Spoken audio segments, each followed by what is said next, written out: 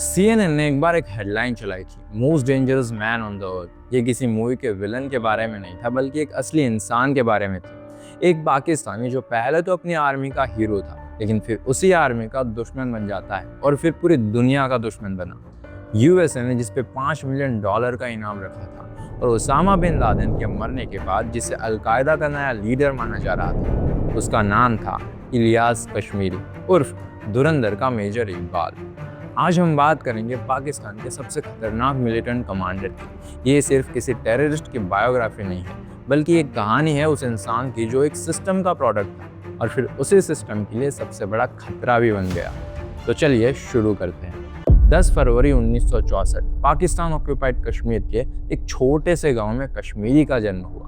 तब किसी ने सोचा भी नहीं था कि आने वाले समय में यूएसए के मोस्ट वांटेड लिस्ट में टॉप 5 में शामिल होगा। 1980s का दौर था और सोवियत फोर्सेस ने अफगानिस्तान में कदम रख दिए थे। वहां पाकिस्तान, यूएसए और सऊदी अरेबिया अफगान मुजाहिदीन को सोवियत फोर्सेस के खिलाफ ट्रेन और फंड कर रहे थे। और यहाँ पहली बार इलियास कश्मीरी सामने आया, जो पाकिस्तान की तरफ से मीरासन में अफगान मुजाहिदीन को एक्सप्लोजिव हैंडलिंग की ट्रेनिंग देता था।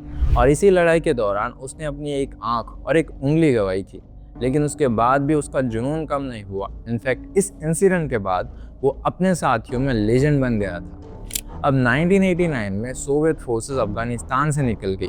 वॉर खत्म होते ही इलियास भी वापस लौटा, लेकिन अपने घर नहीं जाता। वो गया कश्मीर, जहां एक नई इंसर्जेंसी की शुरुआत हो रही थी। अफगान वॉर खत्म होने के बाद इलियास अपने नेटिव कश्मीर गया, जहाँ उसने इंसर्जेंसी ज्वाइन की।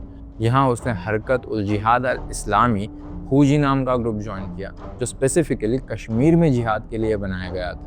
अब क्योंकि इलियास एक एक्स कमांडो था, तो अपने साथियों के बीच उसका एक इम्पॉर्टेंट प्लेस था। फूजी के अंदर उसने अपना अलग यूनिट बनाया, जिसे उसने ब्रिगेड 313 नाम दिया। एक्चुअली ब्रिगेड 313 नाम उसने प्रॉफिट मोहम्मद के उन 313 साथियों पर से रखा गया था, जिन्होंने बैटल ऑफ बद्र में उनका साथ दिया था। एक्चुअली ये एक सिंबॉलिक चॉइस थी, क्योंकि इलियास अपने आप को एक रिलीजियस वॉरियर मानता था, टेररिस्ट नहीं। अब ब्रिगेड 313 बड़ा ही खतरनाक ग्रुप था, जहां experience fighter, high profile mission और उनका मेन टारगेट था हमारा इंडिया। और इसके पीछे पाकिस्तानी आर्मी और आईएसआई का खुला सपोर्ट था।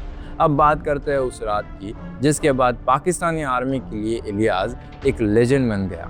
धुरंधर में मेजर इकबाल एक लाइन कहता है, हिंदुस्तानी काफिर का सर काटकर मुशर्रफ के दस्तरखान पर रखा था मेजर इकबाल ने।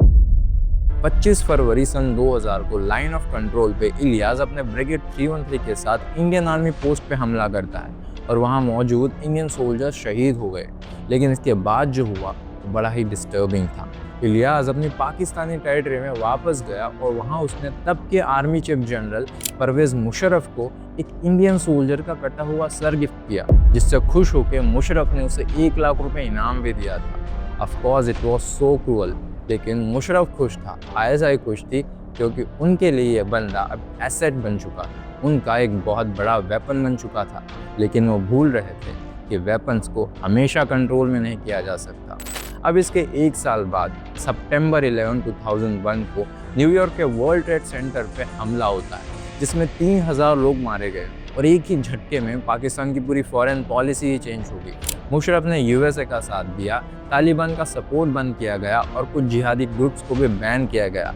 लेकिन यह इलियास के लिए धोखे से कम नहीं था। उसने 2002 में पाकिस्तानी आर्मी और आईएसआई के साथ अपने सारे नाते तोड़ दिए, और जब मुशर्रफ ने अमेरिकन को कम से कम मदद देने की बात कही, तो इलियास अपनी ब्रिगेड 313 को अलकायदा कैंप में ले गया और फिर उसने अपने ही साथियों को निशाना बनाना शुरू किया, जिनके साथ उसने सालों से काम किया था। ब्रिगेड 313 ने फॉर्मर प्रेसिडेंट मुशर्रफ और पीएम गिलानी पर मल्टीपल असैसिनेशन अटेम्प्ट किए, और एक former SSG commander major general Faisal Alvi के मर्डर में भी वो शामिल था।